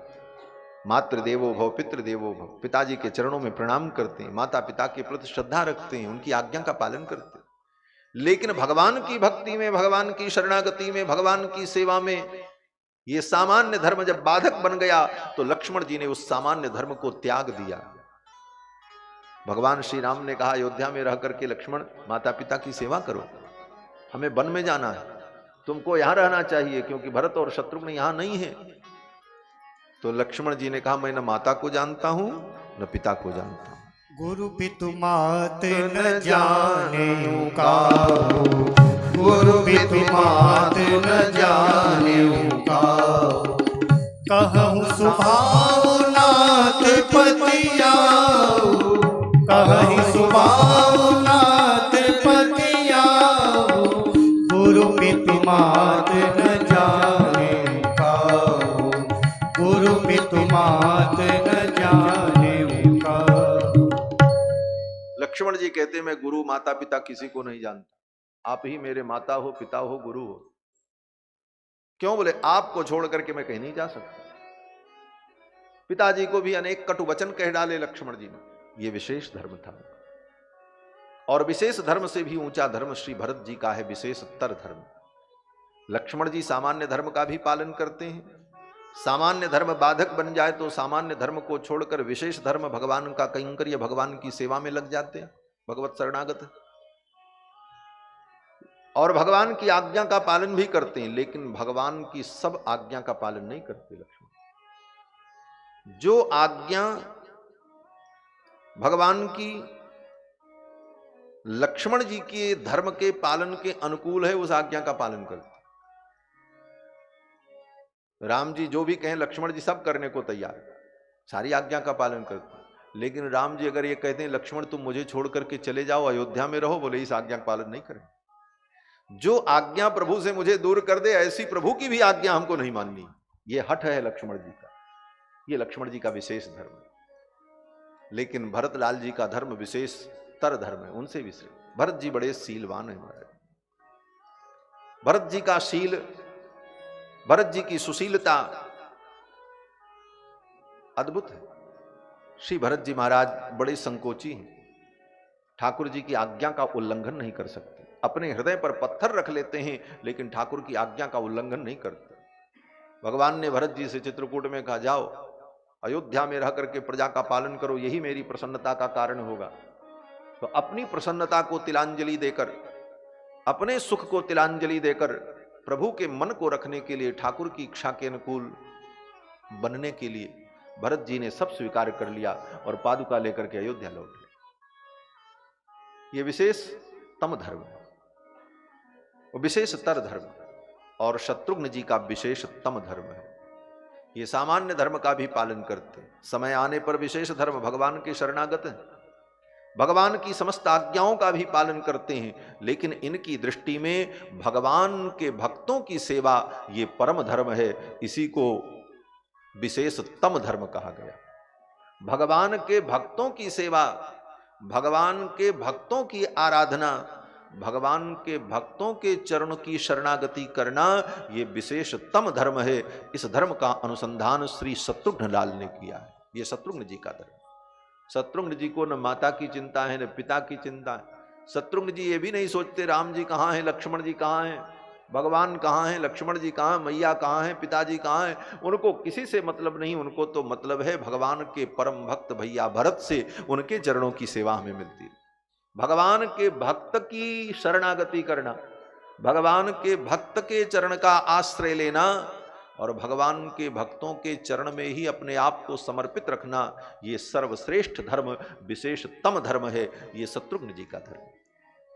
इस धर्म के कारण, इस निष्ठा के कारण अपने पिता को, माता पिता के स्नेह को, अभी अभी विवाह हुआ बहू घर में आई पत्नी तक को अपने भाई श्री रघुनंदन को, सहोदर भ्राता श्री लक्ष्मण को, सबको छोड़कर भैया भरत की प्रीत में शत्रुघ्न जी महाराज के कई देश चले गए। ये सब भाव उस एक श्लोक में निहित है कि गच्छता मातुल कुलम भरतेन तदानघ शत्रुघ्नो नित्य शत्रुघ्नः नीतः प्रीति पुरस्कृतः। शत्रुघ्न जी महाराज भैया भरत के साथ कई देश चले गए और भैया भरत 12 वर्षों तक वहीं रहते। विवाह के पश्चात भगवान श्री राम के वनगमन के पश्चात भैया भरत और शत्रुघ्न वहां से आए, गए तो वहीं रह गए दोनों भाई। और यहां भगवान श्री राम और कुमार लक्ष्मण अयोध्या में रहकर पिताजी के राज्य कार्य में सहयोग करते। परम आनंद होता। धीरे धीरे 12 वर्ष बीत गया। 12 वर्ष जब बीत गया तो दशरथ जी महाराज ने एक दिन विचार किया कि क्यों न मैं अपने ज्येष्ठ पुत्र राम को युवराज पद पर अभिषिक्त कर दूं। जीवन के सारे कार्य पूर्ण हो गए, अब यही एक कार्य बचा है, ये भी मैं कर लूं, फिर मेरे जीवन में कोई कर्तव्य शेष नहीं बचेगा, मैं कर्तव्य मुक्त हो जाऊंगा। ये सोचकर श्री दशरथ जी महाराज ने योजना बनाई और अपनी सभा में घोषणा कर दी, कल ही मैं अपने राम को युवराज पद पर अभिषिक्त कर दूं। संपूर्ण प्रजा ने एक मत से समर्थन किया। बोले महाराज आपने तो हमारे मन की बात कह दी, हम तो यही चाहते थे कि आप रघुनाथ जी को राजा बनाओ, हम इनको राजा के रूप में देखना चाहते। प्रजा के मन को जानकर और प्रजा की भावना को जानकर दशरथ जी बड़े प्रसन्न हुए कि प्रजा भी चाहती है तो क्यों न मैं कल राम को युवराज पद पर अभिषिक्त कर दूं। और घोषणा हो गई, बधाइयां बजने लगी, मंगल गीत गाया जाने लगा, गली में सुंदर पवित्र जल का छिड़काव होने लगा, बंधन वार बांधे गए, बधूटियां मंगल गीत गाने लगी, चारों तरफ आनंद मंगल। द्वार द्वार पर, चौराहे चौराहे पर, चतुष्पथ पर बालक एकत्रित होकर के मगन होकर के नाचते, कल राम जी राजा बनेंगे, हम तो ये कपड़ा पहन करके चलेंगे, हम ऐसा तिलक लगा करके चलेंगे, हम ये माला पहन करके चलेंगे राम जी के राज्याभिषेक में। विविध प्रकार की चर्चाएं अयोध्या की गलियों में होने लगी। सभी लोग आनंदित, लेकिन ये आनंद, ये अयोध्या की बधाई देवताओं को अच्छी नहीं लग रही थी महाराज। देवताओं को अयोध्या की बधाई अच्छी नहीं लग रही है। सकल कहीं कब हुई है काली, सकल कहीं कब हुई है काली, विघ्न मनावई देव को चाली, विघ्न मनावई देव को चाली, तिन्हीं सुहाई नवद बधावा, तिन्हीं सुहाई नवद बधावा, चोरई चंदन रात नभावा, चोरई चंदन रात नभावा, सकल कहीं कब हुई है काली, सकल कहीं कब हुई है काली। सब लोग ये कह रहे थे कल कब होगा, सकल कहीं कब हुई है काली, कल कब होगा, ये निगोड़ी रात कब बीतेगी, कब सूर्योदय होगा और हम राम जी का राज्याभिषेक देखेंगे। वो रात कट नहीं रही थी, लोगों को लग रहा था जल्दी ये रात बीत जाए, क्योंकि प्रतीक्षा के एक एक क्षण भी कल्प के समान लगते। अयोध्या वासियों को लग रहा था कब ये रात बीते और सवेरा हो, हम राम जी के राज्याभिषेक का दर्शन करें। सकल कहीं कब हुई हैं काली और विघ्न मनावहि देव उचाली। देवता विघ्न मना रहे थे राम जी का राज्याभिषेक न होने पावे। ये राजा बन करके अयोध्या के सिंहासन पर बैठ जाएंगे तो असुरों का संहार कौन करेगा? जिस कार्य के लिए इनका अवतार हुआ है वो कार्य कैसे हो? श्री गोस्वामी जी महाराज कहते हैं अवध की बधाई सबको अच्छी लग रही है, देवताओं को क्यों नहीं अच्छी लग रही? बड़ा सुंदर व्यंग किया गोस्वामी तुलसीदास जी ने। कहते हैं चोरहि चंदनी रात न भावा। चांदनी रात बड़ी सुंदर होती है, चांदनी रात सबको अच्छी लगती है। चांदनी रात की सुंदर छटा में चंद्रमा की उस किरणों के आलोक में सभी लोग आनंदित होते हैं, प्रसन्न होते हैं। लेकिन चोर को मजा नहीं आता, चोर बहुत दुखी होता है। क्यों? बोले ये चांदनी रात है, लोग देख लेंगे, अंधेरी रात होती तो हम चोरी करने में सफल होते। तो चांदनी रात सबको प्रिय होती है लेकिन चोर को अच्छी नहीं लगती। उसी प्रकार स्वर्ग के देवताओं को ये चांदनी रात के समान अयोध्या की बधाई अच्छी नहीं लग रही। चोर ही चंदन रात न भावा। और देवताओं ने देवगुरु बृहस्पति से कहा, आपस में चर्चा की क्या करना चाहिए, और अंत में सबने सरस्वती को प्रेरित किया। सरस्वती ने आकर के मंथरा की मति को प्रेरित किया और मंथरा ने कुचक्र चलाया और महारानी केकई के मति को फेर दिया। नाम मंथरा मंदमति दासी कैकेयी केरी, अजस पिटारी ताहि कर गई गिरा मति फेरी। सरस्वती ने मंथरा की मति को फेरा और मंथरा ने महारानी केकई की मति को फेर दिया। और महारानी केकई जो भगवान को बहुत प्रेम करती थी, अत्यधिक स्नेह करती, और भगवान श्री राम भी अपनी समस्त माताओं में सबसे ज्यादा अगर प्रेम किसी से करते तो मां केकई से। ये सबसे छोटी मां है। तीनों माताओं में मां कौशल्या सबसे बड़ी हैं, फिर सुमित्रा हैं, फिर महारानी केकई है। महारानी केकई के प्रति प्रभु श्री राम की अपार प्रीति है और मां केकई के गोद में ही सदा खेलते हैं। लेकिन आज महारानी केकई की मति को मंथरा ने बदल दिया। मंथरा के कुसंग के कारण महारानी केकई के मति में विकार उत्पन्न हो गया। अत्यंत प्रीति व्यक्ति के हृदय में हो, लेकिन बार बार अगर कोई आपको प्रेरित करता रहे और आपकी मति में विपरीत बातें कहता रहे, आपको प्रेरित करता रहे, विपरीत बातें आपको सुनाता रहे, तो अगर आप सावधान नहीं हैं तो कहीं ना कहीं उसका परिणाम प्रकट हो जाए। रघुनंदन के प्रति महारानी केकई की अपार प्रीति थी, लेकिन मंथरा के कहने पर मति बदल गई और स्वार्थ जागृत हुआ। मंथरा ने सब कुछ सिखा दिया, वरदान मांग लो, एक वरदान में भरत के लिए राज्य और एक वरदान में राम के लिए वनवास। और महारानी केकई ने ये सब कुछ किया। वास्तव में इस चरित्र को देखकर लगता है कि भगवान श्री राम को इतना दुख हुआ, बन जाना पड़ा। मां कौशल्या को अपार दुख हुआ। श्री दशरथ जी महाराज ने इस दुख में अपने प्राणों तक का त्याग किया।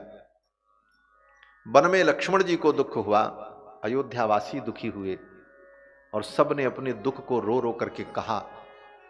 लेकिन विचार करना कि इस महान अनर्थ में महारानी केकई को विधि ने, विधाता ने इस लीला में जो भूमिका दी, उस भूमिका के परिणाम स्वरूप मां केकई के हृदय में कितनी वेदना हुई, मां केकई तो किसी से कह भी नहीं सकी। सच्चाई है। महारानी केकई जिनके हृदय में राम जी के प्रति अपार प्रेम, वो राम जी को वन में भेजती? कदापि नहीं। भगवान श्री राम ने ही मानो निष्ठुर होकर इस कार्य के लिए मां केकई को चुना। कोई तो निमित्त बने तभी तो मैं बन जाऊंगा, ऐसे तो कोई मुझे वन में जाने नहीं दे। और बिना वन में गए मेरे अवतार का प्रयोजन पूर्ण नहीं होगा। इसमें निमित्त कौन बने? इस भूमिका के लिए मैं किसको चुनूं? भगवान किसी को भी चुन सकते थे, लेकिन इस भूमिका के निर्वाह के योग्य तो महारानी केकई को ही भगवान ने समझा और भगवान की इच्छा से ही ऐसा हुआ। संत जन कहते हैं, देखो मंथरा की मति को सरस्वती ने फेरा और मंथरा ने महारानी केकई की मति को फेरा। मंथरा की क्या गति है कि महारानी केकई की मति को फेर दे? मंथरा की मति को सरस्वती ने फेरा और सरस्वती ने महारानी केकई की मति को। और सरस्वती को यह करने के लिए प्रेरित किसने किया? बोले स्वयं भगवान ने किया। सरस्वती कौन है? गोस्वामी जी महाराज कहते हैं ये सरस्वती तो कठपुतली है। सारद दारु नारी सम स्वामी, राम सूत्रधर अंतर जामी। जैसे कठपुतली होती है, पर्दा लगा रहता है, पर्दे के पीछे कोई बैठा होता है, वो सूत्र पकड़े हुए रहता है, वो सूत्र को इधर खींचता है तो कठपुतली हाथ उठाती, इधर के डोरे को खींचता है तो उसका सिर झुक जाता है, वो नाचने लगती है। देखने वालों को लगता है ये कठपुतली नाच रही है, लेकिन नचाने वाला पीछे बैठा है जो सूत्र पकड़े हुए। सरस्वती क्या है? बोले सरस्वती तो कठपुतली है। सारद दारु नारी सम स्वामी, राम सूत्रधर अंतर जामी। अंतर्यामी परमात्मा पर्दे के पीछे बैठकर सरस्वती को भी नचाने वाले हैं।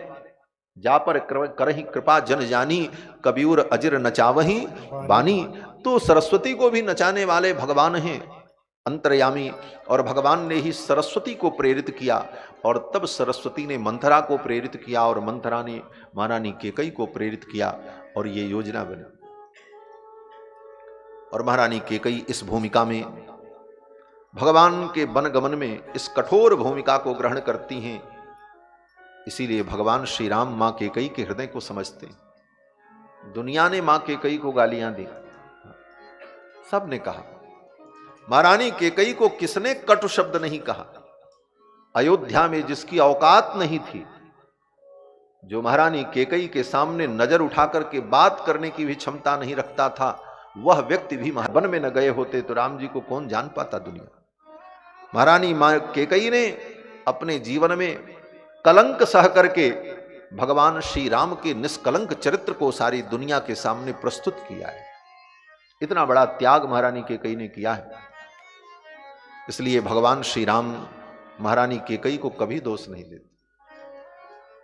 कहीं कभी भी भगवान श्री राम ने केकई को कुछ कहा नहीं। अयोध्या आए हैं तो सबसे पहले लौट करके आकर के महारानी केकई के चरणों में ही वंदन करते, उन्हीं को प्रणाम करते, और प्रणाम करके कृतज्ञता ज्ञापित करते हैं, मां आपके चरणों का प्रभाव मैंने देख लिया, मातु रेश प्रभाव, आपके चरणों का ये प्रभाव, अगर आप मुझे वन में न भेजती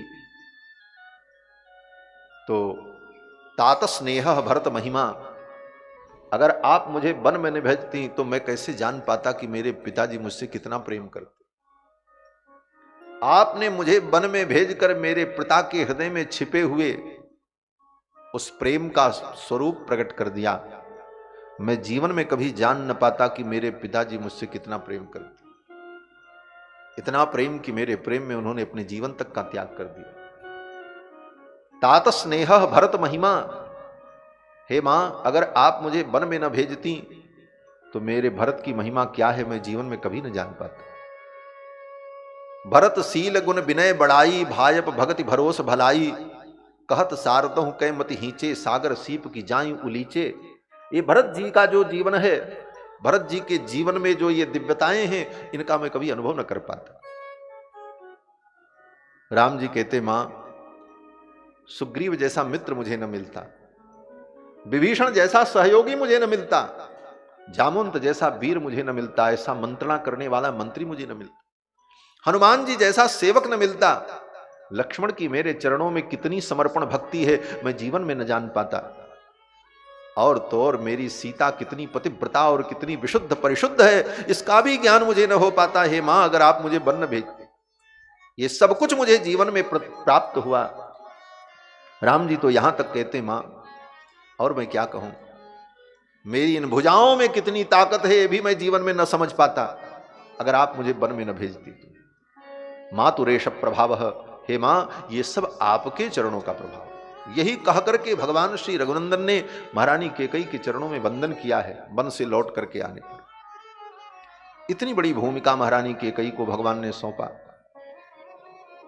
और महारानी केकई ने ये विष पिया है। वास्तव में ये विष है। गोस्वामी जी महाराज कहते हैं, राम जी का वन गमन क्या है? राम जी का ये वन गमन समुद्र मंथन है, बड़ा विचित्र समुद्र मंथन है। और इस समुद्र मंथन से अमृत तो मिलेगा, राम प्रेमामृत। राम जी वन में जाएंगे तो राम प्रेमामृत का आस्वादन सारी दुनिया करेगी। लेकिन समुद्र मंथन के पहले क्या निकलता है? बोले अमृत के पहले विष निकलता है।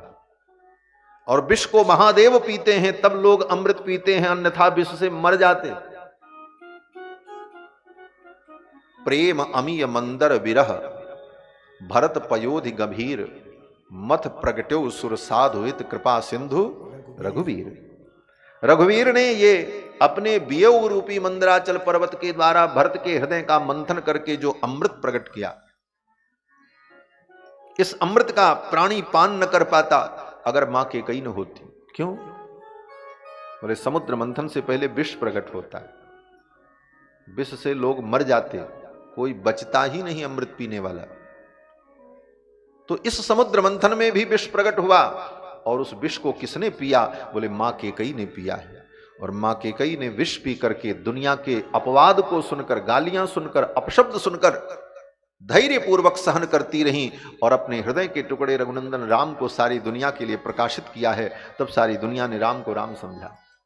महारानी केकई का चरित्र बड़ा अद्भुत चरित्र। इन्हीं का एक ऐसा चरित्र है जो वंदनीय भी है और निंदनीय भी है। भगवान श्री राम के चरित्र में जितने पात्र हैं, जितने परिकर हैं, किसी का चरित्र वंदनीय है तो किसी का चरित्र निंदनीय है। रावण का चरित्र निंदनीय है, राम जी का चरित्र वंदनीय है। मेघनाद का चरित्र, कुंभकर्ण का चरित्र निंदनीय है, लक्ष्मण जी का चरित्र, हनुमान जी का चरित्र वंदनीय है। लेकिन महारानी केकई का चरित्र, महारानी केकई का चरित्र वंदनीय भी है और निंदनीय भी है, उभय विध चरित्र है। केकई की निंदा भी लोगों ने की और केकई की प्रशंसा भी लोगों ने की। प्रशंसा स्वयं भगवान ने की, और भगवान के जो अंतरंग भक्त हैं, जो भगवान के अंतर्भाव को समझते हैं, उन लोगों ने भगवती केकई की कभी निंदा नहीं की। महारानी केकई ने इस विष को पिया और कारण बनी राम जी को वन भेजने। मां केकई के वरदान को सत्य करने के लिए भगवान वन जाने को तैयार हो गए। अपना संपूर्ण धन राम जी ने ब्राह्मणों को दान कर दिया। भगवान श्री राम ने सीता जी से कहा, सीते जितनी संपत्ति है वो संपत्ति सब ब्राह्मणों को दान कर दो, तब यहां से चलो। यहां तक कि शत्रुंजय नाम का जो हाथी था राम जी का, अत्यंत प्रिय, मामा जी ने दिया था बड़े प्रेम से। उस शत्रुंजय हाथी को भी दक्षिणा के सहित भगवान श्री राम ने दान कर दिया। उसी शत्रुंजय हाथी पर बैठ करके श्री दशरथ जी महाराज राम जी के विवाह में गए थे। देवराज इंद्र ऐरावत पर बैठे थे तो श्री दशरथ जी महाराज शत्रुंजय गज पर बैठ करके गए थे विवाह में। समधी जी हाथी पर बैठे, फेरे मूछ पे हाथ। आज वो शत्रुंजय हाथी राम जी ने दान कर दिया, दे दिया ब्राह्मणों को, ले जा। अपनी समस्त वस्तुओं को, उपयोग की वस्तुओं को, रत्नमय पलंग को, सबको दान कर दिया। जानकी जी ने भी अपनी सारी वस्तुएं दान कर दी। और इसके बाद साधारण वस्त्र धारण किए हुए सब कुछ लुटाकर दान करके भगवान श्री राम जानकी के सहित, कुमार लक्ष्मण के सहित अपने महल से निकलकर पिताजी को प्रणाम करने जा रहे हैं कि अब प्रणाम करके हम यहां से विदा हों। सारी तैयारी पूरी हो गई। जब चलते हैं, महर्षि वाल्मीकि कहते हैं कि दत्त्वा तु सह वैदेह्या ब्राह्मणेभ्यो धनम बहु। वैदेही के सहित अपनी समस्त संपत्ति को ब्राह्मणों को देकर भगवान जगमतु पितरम द्रष्टुम सीतया सह राघव। सीता जी के सहित भगवान श्री राम, कुमार लक्ष्मण अपने पिता का दर्शन करने के लिए, प्रणाम करने के लिए जा रहे हैं। रोज भगवान श्री राम जब कभी भी अपने महल से निकल करके पिताजी के महल में, मां के महल में या कहीं किसी कार्य से जाते थे तो रथ पर बैठ करके जाते। अनेक सेवक उनके अगल बगल आज्ञा की प्रतीक्षा में खड़े रहते थे। चंवर डुलाया जाता था। अमृत का वर्षण करने वाला सुंदर छत्र उनके मस्तक पर लगता था। राजसी सम्मान के साथ, ठाट बाट के साथ राम जी अपने महल से निकलते थे। लेकिन आज सीता जी के सहित, कुमार लक्ष्मण के सहित राम जी जब पैदल निकले, अयोध्यावासियों ने देखा, रो पड़े लोग। आज पहली बार श्री जानकी जी को निरावरण, छत्र रहित, आकाश में विचरण करने वाले पक्षियों ने, जीवों ने देखा। महर्षि वाल्मीकि कहते हैं कि या न शक्या पुरा द्रष्टुम भूतैराकाशगैरपि। अयोध्यावासियों ने कहा, जिन सीता को आकाश में विचरण करने वाले देवता, विमान में बैठ करके विचरण करने वाले देवताओं ने कभी नहीं देखा, वो पट्टमहिषी थी, सामान्य थोड़ी थी कि सड़क पर चलते उनको कोई देख ले। अयोध्यावासी कहते हैं, यान शक्या पुरा द्रष्टुम भूतैराकाशगैरपि तामद्य सीताम पश्यन्ति राजमार्ग गता जनाः।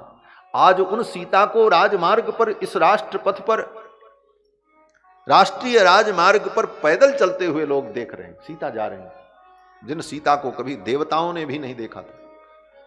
इतने आवरण से पालकी में बैठकर, शिविका में बैठकर, सखियों से आवेष्टित, अनेकानेक सेवकों से घिरी हुई जो सीता पधारती थी, जाती थी, आज उनको सामान्य लोग अयोध्या की गली में चलते हुए देख रहे। ये साधारण आश्चर्य की बात नहीं। महर्षि वाल्मीकि कहते हैं, तामद्य सीताम पश्यन्ति राजमार्ग गता जनाः। और भगवान को देखकर अयोध्यावासी कहते हैं कि ये आज भगवान के विलक्षण 60 गुण्य का चिंतन किया है यहां पर अयोध्यावासियों ने। ऐसे तो भगवान के अंदर 60 गुण्य जो विद्यमान है, जिस कारण से भगवान को भगवान कहा जाता है, वो 60 गुण्य अलग है। ज्ञान शक्ति बल ऐश्वर्य वीर्य तेजांश शेषतः भगवत शब्द वाच्यानि विना हेर गुणादिभिः। विष्णु पुराण में श्री पराशर महर्षि कहते हैं, ज्ञान शक्ति बल ऐश्वर्य वीर्य तेज, ये 6 गुण जो हैं इनको भग कहा जाता है। और ये 6 भग जिसके अंदर विद्यमान हो उसको भगवान कहते हैं। ये षड ऐश्वर्य कहलाता है। षडैश्वर्य संपन्न होने के कारण परमात्मा को भगवान कहते हैं। ब्रह्मेति परमात्मेति भगवानिति कथ्यते। भगवान कहने का यही तात्पर्य है कि वो षडैश्वर्य संपन्न है।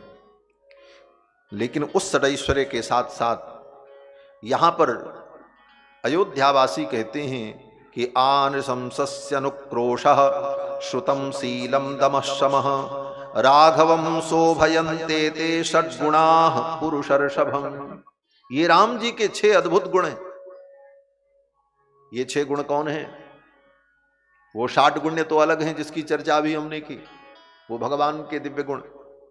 यहां पर राम जी के 6 विशेष गुण का वर्णन करते हुए अयोध्यावासी कहते हैं, आनशंस, राम जी अनशंस हैं, अर्थात दया संपन्न है, परम दयालु हैं। भगवान के 6 प्रधान गुणों का वर्णन करते हुए पहले भगवान की दयालुता का वर्णन किया, कितने दयालु हैं। और अनुक्रोशः, ये भगवान का दूसरा दिव्य गुण है, अनुक्रोश। अनुक्रोश क्या है? अनुक्रोश का मतलब दूसरे के दुख को अपना दुख मान लेना, इसको अनुक्रोश कहते हैं। यह भगवान का विशेष गुण है। अपने भक्तों के दुख को भगवान अपना दुख मान लेते हैं। और इसका उदाहरण बोले, जब सुग्रीव ने आकर के कहा, महाराज ये बाली मेरा भाई नहीं है, मेरा शत्रु है, आप इसका वध कर दो, इसने मुझे बहुत सताया, बहुत दुख दिया। सुग्रीव के दुख को देखकर भगवान को दया आ गई और दया के परवश होकर भगवान ने कहा, ठीक है मैं बाली को मार दूंगा। बाली को मार दिया। जब बाली को मार दिया भगवान ने, तो मरते समय बाली ने मरने के पहले अपने गले की वो दिव्य माला जो इंद्र के द्वारा प्रदत्त थी, जिस माला के कारण बाली के अंदर दिव्य तेज था, उस माला को निकाल करके बाली ने सुग्रीव के गले में डाल दिया। हे सुग्रीव, मेरे मर जाते ही ये माला निस्तेज हो जाएगी, इसलिए मरने के पहले ही मैं तुम्हारे गले में डाल देना चाहता हूं, तुम मेरे भाई हो। ऐसा कह करके बाली ने ज्यों ही गले में माला डाली, अब तो बाली के इन शब्दों को सुनकर, भाव को सुनकर के सुग्रीव के हृदय में बड़ी पीड़ा उत्पन्न हुई। हरि राम राम, मैंने आवेश में आकर, क्रोध में आकर अपने भाई का ही वध करा दिया। अब तो बाली के प्रति सुग्रीव का प्रेम जागृत हो गया कि मेरा भाई है, ये मुझे इतना मानता है, मरने से पहले अपने गले की उस दिव्य माला को अपने पुत्र अंगद को न दे करके मुझे दे रहा, और ऐसे भाई को मैंने मरवा दिया। मैंने षड्यंत्र किया और मेरे षड्यंत्र के कारण बाली जैसा वीर मारा गया। अब तो ये सब सोच करके सुग्रीव जी महाराज रोना शुरू कर दिए और खूब रोए, मारे किनारे बैठकर खूब रो रहे हैं। लक्ष्मण जी को अच्छा नहीं लग रहा था। लक्ष्मण जी ने कहा, ये नाटक देखो, अभी तक तो कह रहे थे बाली मेरा शत्रु है, अब राम जी ने मार दिया तो अब ये रोने का नाटक। अब लक्ष्मण जी उधर सुग्रीव जी को देखकर ये सब सोच रहे थे, तब तक राम जी भी रोने लगे महाराज। हाँ, राम जी भी रोने लगे। राम जी जब रोने लगे, उनकी आंखों से भी अश्रुपात होने लगा, भर भर आंसू बह रहा है। लक्ष्मण जी ने कहा, ये तो और बड़ी बात हो गई। आए राम जी के पास और लक्ष्मण जी ने कहा, प्रभु आप क्यों रो रहे हो? चलो, उसका भाई है, वो अपने भाई के प्रेम में रो रहा है, आप क्यों रो रहे हो? तो भगवान ने कहा, लक्ष्मण, सुग्रीव रो रहे हैं इसलिए मैं रो रहा हूं। बोले सुग्रीव रो रहे हैं इसलिए आप रो रहे हो? राम जी ने कहा, बोले सुग्रीव का दुख मेरा दुख है, सुग्रीव का सुख मेरा सुख है। पहले सुग्रीव को लगा कि बाली मेरा शत्रु है, तो मुझे भी लगा कि शत्रु है, मार देना चाहिए। अब सुग्रीव रो रहे हैं तो मैं भी रो रहा हूं। तो सुग्रीव के दुख को ही भगवान ने अपना दुख समझ लिया। यही सानुक्रोश है, यह भगवान का विशेष गुण है। अयोध्यावासी कहते हैं, जो रघुनाथ जी जिनके अंदर अपार दया है और सानुक्रोश है, अपने भक्तों के दुख को ही अपना दुख मान लेते हैं। श्रुतम, तीसरा गुण भगवान का क्या है? बोले श्रुतम, जिन्होंने समस्त वेद शास्त्र पुराणादि ग्रंथों को अपने गुरु के चरणों में बैठ करके सुना है, बहुश्रुत हैं। और जो बहुश्रुत होता है वह व्यक्ति कभी कोई गलत कार्य नहीं करता।